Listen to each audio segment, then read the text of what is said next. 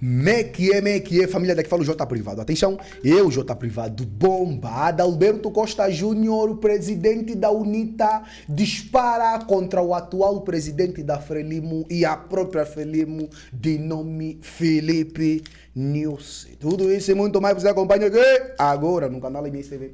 A TV que chega até você, a TV que não bajula você, maniga. Seu família! É isso que vocês estão a ver dizer. Se inscreva no canal, partilhe o vídeo, comenta, deixa aquele like maroto, deixa dislike se não curtir, comente bastante que é essencial, siga meu Instagram, siga meu TikTok, que é muito importante, temos opiniões que isso nos ajuda bastante, porque só assim verdadeiramente conseguiremos derrubar todos esses ladrões.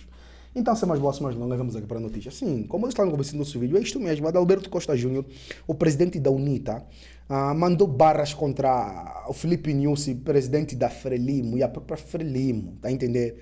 Chapo, João Lourenço, MPLA, entre outros.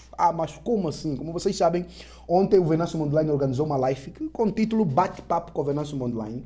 Nisso, né, tiveram vários convidados, né, desde a Patrick Lumumba, ativistas, jornalistas, desde angolanos, moçambicanos, entre outros, tá a entender? E nisso, uma das presenças que se tornou notável, que chamou a atenção do público, quer seja angolano e moçambicano, foi a presença de Adalberto Costa Júnior, né, que eu até nem sabia que ele iria aparecer, mas apareceu lá nessa mesma live que ele falou seus posicionamentos sobre Angola, fez as diferenças, entre outros. Mas para não falar muito aqui, vou deixar o próprio Adalberto Costa Júnior falar. Vamos lá ver aqui, por favor. Cospe, papá Adalberto. Da Revolução, o professor Adalberto, acho que eu também estava conectado agora conosco e já está aqui, sempre com o seu sorriso característico. Então vamos pedir para que possa fazer a sua intervenção em torno desta situação que tem acontecido em Moçambique, que acredito eu que tem muito a ver também com o país irmão Angola. Boa tarde, professor. Era bom chamar-me melhor pelo nome, Adalberto Júnior ou presidente da UNITA. Eu não sou professor. Com muito gosto e uma boa tarde ao meu caro amigo. Eu não sei com quem falei agora, se foi com o Diniz, que está aqui a fazer as intervenções de início, mas eu aproveito para saudar o presidente eleito, que não chamá-lo assim, claramente, Venâncio Mondlane, agradecer o convite que me dirigiu para estar presente aqui com grande responsabilidade e saúdo todos os ilustres que se encontram aqui neste live e através desta oportunidade lançar daqui de Angola um grande abraço ao povo moçambicano, lançar um grande abraço aos jovens de Moçambique, que destaco pela sua extraordinária capacidade de resiliência, atitude combativa, corajosa, mas também uma atitude de uma forte esperança, de convicção de quem efetivamente está a acreditar que vai ser possível fazer um resgate da verdade eleitoral, que é esta que nós todos continuamos aqui à espera, a acompanhar, mas muitos de nós não apenas à espera, a ajudarmos no limite daquilo que são as nossas país irmão, a iniciar um caminho nos carris da democracia e da esperança para o seu próprio país. Eu fiz uma pausa, eu não sei se me acompanharam, Sim. me estão a bem. Presidente, lhe acompanhamos perfeitamente. Lhe acompanhamos perfeitamente. Um desafio. Eu creio que o desafio que me é dirigido tem muito a ver com a expectativa de quantos olham para Angola, olharam para Angola e de quantos olham para Moçambique e gostariam de ver uma reflexão sobre aquela que foi a experiência que vivemos e que hoje permite. E eu começo por dizer que os processos eleitorais em Angola não são tão idênticos assim aos processos de Moçambique. Ao contrário do que muitos de vós possam pensar, as nossas legislações ainda são bastante distintas, com um elemento muito negativo, para o lado angolano. Elas são idênticas, infelizmente, naquele âmbito da não existência de uma democracia, de uma transparência, de um Estado democrático e de direito. Nesse aspecto, nós, infelizmente, estamos muito idênticos. Mas Angola não tem, nunca teve experiência de início sequer da experiência autárquica. Infelizmente, nós há muito vimos lutando, mas o partido que ocupa hoje a cadeira do poder e que tem tido a condição de criar maiorias na Assembleia Nacional tem impedido por todas as vias que o angolano pudesse experimentar o poder local, porque está consciente que no primeiro dia em que existirem eleições locais em Angola, tem que começar a partilhar o poder. E este sentido de partilha é olhado como algo a evitar a qualquer custo. E, portanto, nós, até hoje, não tivemos nunca uma eleição local no nosso país. Em segundo lugar, em 2010, em Angola, foi feita uma primeira alteração constitucional que terminou com a eleição direta do Presidente da República em Angola. Foi muito negativo e foi acusado José Eduardo dos Santos da responsabilidade de o ter feito. Quem hoje se encontra sentado na cadeira do poder fez pior, porque um ano antes das eleições de 2022, portanto em 2021, Angola operou uma outra revisão da Constituição. E esta revisão não retornou os direitos da eleição direta do Presidente da República, esta alteração blindou ainda mais o regime. E, portanto, quando em Angola nós vamos a eleições, estas eleições chamam-se eleições gerais, onde o que é que acontece? Acontece que com um só boletim, os angolanos elegem duas instituições distintas, dois órgãos de soberania que são diferentes, que devem ser complementares e que são eleitos pelo mesmo boletim. É esta a razão que nos leva a apelidar estas eleições e esta Constituição de atipismo.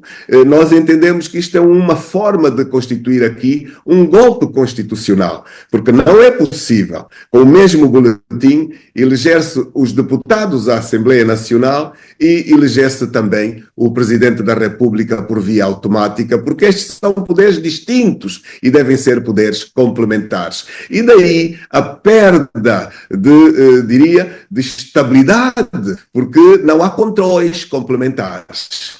Ora, aquilo que ocorreu e que ocorre nas eleições e na última moçambicana é que houve uma eleição em que cada cidadão teve direito a receber 3 boletins de voto, um boletim que foi introduzido na urna para eleger o Presidente da República, um segundo para eleger os membros da Assembleia e, se não me engano, um terceiro para eleger o governador da província. Esta é uma experiência que o angolano nunca experimentou e que estamos até em sentido inverso, redutivo.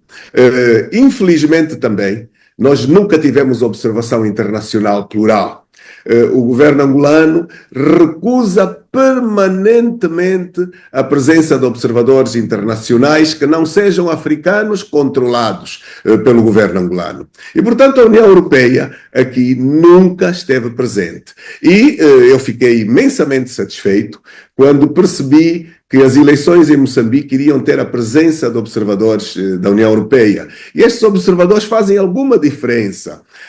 Diferença esta que permite que eles tenham chegado a Moçambique com mês de antecedência e que, efetivamente, tenham exercido alguma fiscalização com isenção, sem controles de dependência do governo. Estabeleci aqui apenas algumas diferenças. É verdade que depois os aspectos que nós experimentamos de fraude foram distintos. Como penso que Vossas Excelências que nos acompanham sabem, todas as últimas eleições em Angola foram organizadas pela mesma empresa espanhola, a Indra.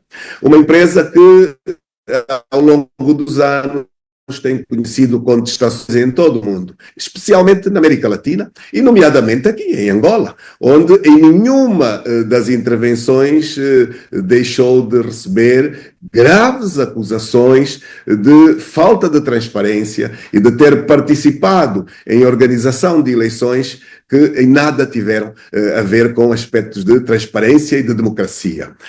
Quando a Indra voltou a ser, mais uma vez, trazida para Angola, foi motivo de fortíssima contestação. Não houve concursos, não houve transparência na escolha e foram centenas de milhões de euros que foram pagos. Ora, isto diz-nos que o processo foi um tanto distinto do processo em Moçambique. Foi com alguma surpresa, diria assim, que nós vimos em Moçambique, à luz do dia, pessoas tiradas das mesas, acrescento de votos nas urnas, quer dizer, toda uma panóplia de irregularidades à luz do dia, que aqui o sistema é um pouco mais aperfeiçoado, as coisas são um pouco mais complexas.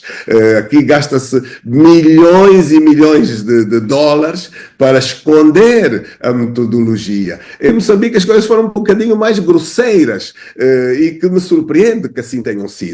Eu ainda ontem, e esta é uma partilha, estive com um dos observadores que esteve em Moçambique e que esteve a chefiar uma equipe e que me dizia os resultados das eleições em Moçambique, claramente com vantagens para o Mondlane, para o presidente, e que dizia no dia seguinte, foi à Assembleia de Voto onde viu os resultados do dia anterior, eles estavam totalmente alterados, porque lá onde Venâncio tinha ganho no dia anterior e ele testemunhou, no dia seguinte, portanto, o candidato Chapo já era o vitorioso. E, portanto, isto são questões que aí foram um pouco mais escandalosas, eu diria. E eu diria, de algum modo, facilita-vos, de algum modo, a condição de poderem, diria, melhor persistirem, de algum modo. Embora em Angola nós tivemos condição e capacidade de fiscalizar 94% das atas. E, no final de tudo, enviamos ao Tribunal Constitucional a prova de que quem está a governar não ganhou. Acontece que, até hoje, as provas não foram abertas. Temos também um problema enorme das instituições não estarem a ser credíveis, de termos um Tribunal Constitucional que não defende a imagem de transparência e as expectativas que os angolanos têm em relação a estes órgãos não são boas. Se hoje em Angola se fizer qualquer trabalho da auscultação do cidadão sobre que leitura tem dos seus órgãos judiciais, é indiscutível a resposta generalizada de que os angolanos não confiam nos seus tribunais superiores. Nós temos tribunais superiores representados por personalidades que não têm, junto do público, o respeito que deveriam merecer, porque não há independência do poder judicial ao poder político, infelizmente. E, portanto, este é um drama. E eu percebi, de algum modo, a expectativa de hoje me ter aqui neste debate. O que é que aconteceu depois das eleições em Angola?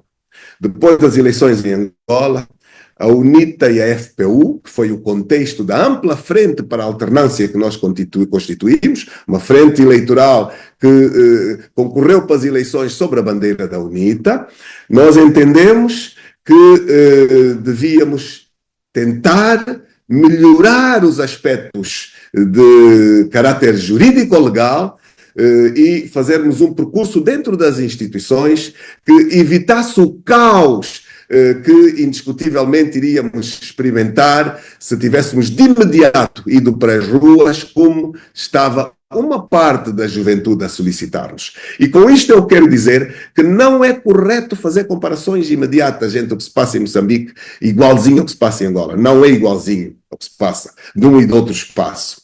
E, tendo feito uma ampla auscultação à sociedade, nós entendemos que o banho de sangue era grande, imediato e violento, se tivéssemos de imediato feito. O que o regime estava à espera que fizéssemos. Mas há um balanço hoje. E o balanço hoje é que nós temos feito um percurso enorme, nacional e internacional. Nós fizemos do pós-eleições toda uma campanha pela democratização.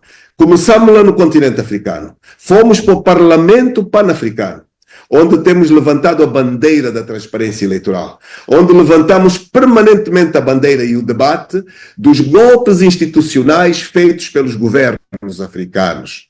Nós temos um verdadeiro drama.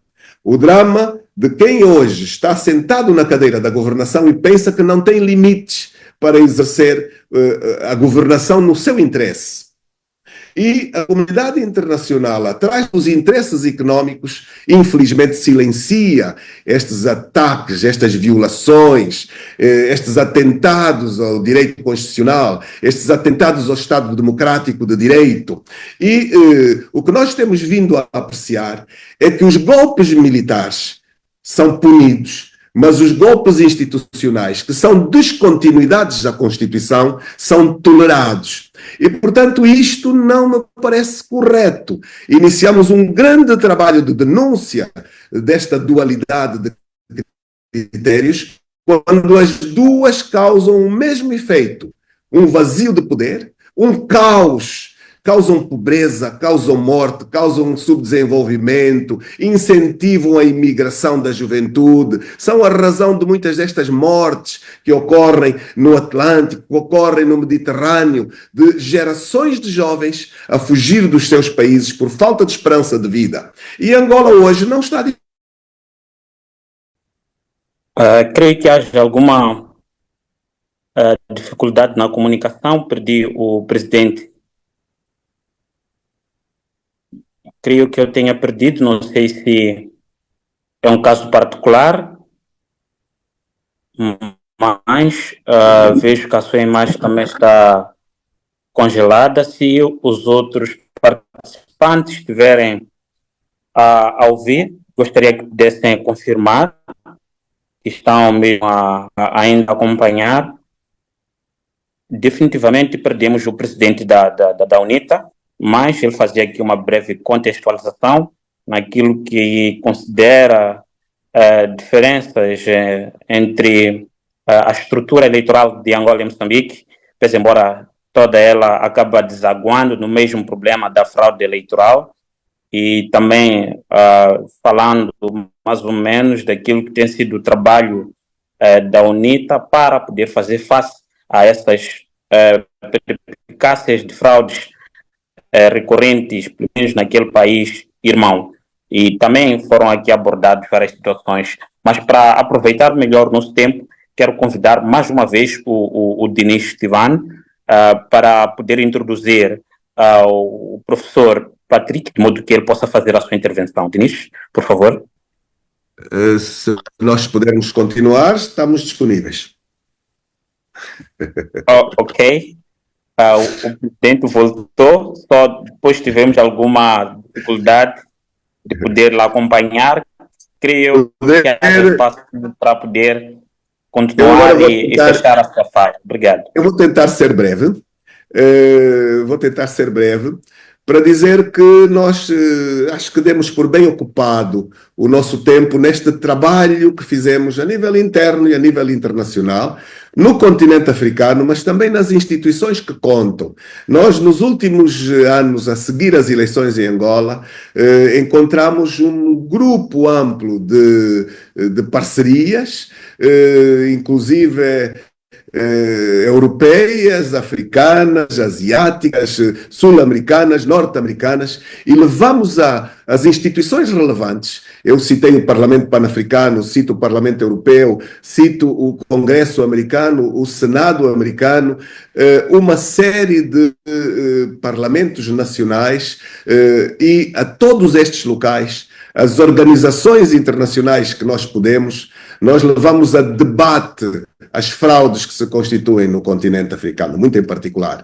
Trabalhamos muito com o partido e os dirigentes hoje que ganharam as eleições na Venezuela, fizemos imensas conferências comuns juntos e o mesmo com uma série de dirigentes africanos. Partilhei, inclusive, com os meus companheiros que me acompanham a partir de Moçambique, aquelas que foram as experiências vividas em Angola, e tentamos contribuir para que tivéssemos melhores processos eleitorais. Mas eu não tenho dúvidas de um pormenor. A África ainda tem um grande desafio pela frente. A democratização das suas instituições, a capacidade de trazer uma União Africana, um Parlamento Pan-Africano, que represente efetivamente os seus povos, que dê voz aos seus povos, que tenha uma partilha da soberania dos presidentes com os parlamentos e com os seus povos. Este ainda é um grande desafio. E o que nós ainda continuamos a ter são regimes autocráticos que se sentam no poder e que pensam que não têm limites ao seu próprio poder. O que se passa hoje em Angola é um dos exemplos desta realidade. O mandato do atual presidente está-se a esgotar, já não está no início, e iniciou o processo de assaltar, a tentativa de assaltar os documentos reitores, assaltar os documentos reitores do seu partido. Para quê? Para conseguir uma extensão do seu mandato ou, em alternativa, para que consiga permanecer presidente do seu partido. Aliás, é um assalto a este nível. Para depois tentar o assalto à mudança constitucional. E nós estamos num processo de tentarmos fazer a democratização da lei eleitoral, a democratização da lei da Comissão Nacional Eleitoral, a democratização da lei de imprensa, a democratização de uma série de leis que se conjugam no sentido da criação de um ambiente democrático, plural e transparente. Quem vos fala aqui é presidente da UNITA há 4 anos, nunca esteve presente na televisão pública de Angola. Nunca foi entrevistado por nenhum órgão de comunicação social. Usamos também as redes sociais como uma alternativa para chegar longe. Então, o que nós temos de experiência é que as lutas não estão fáceis também. Não posso afirmar que a luta dentro das instituições não trouxe resposta. Trouxe-nos. Se não fossem as instituições, não teríamos expandido a voz que tivemos para levar ao Parlamento Pan-Africano, para levar algumas instituições internacionais, através da presença nas instituições formais, o debate estratégico que carece de ser, diria, trazido à realidade das agendas prioritárias do continente e de alguns outros países.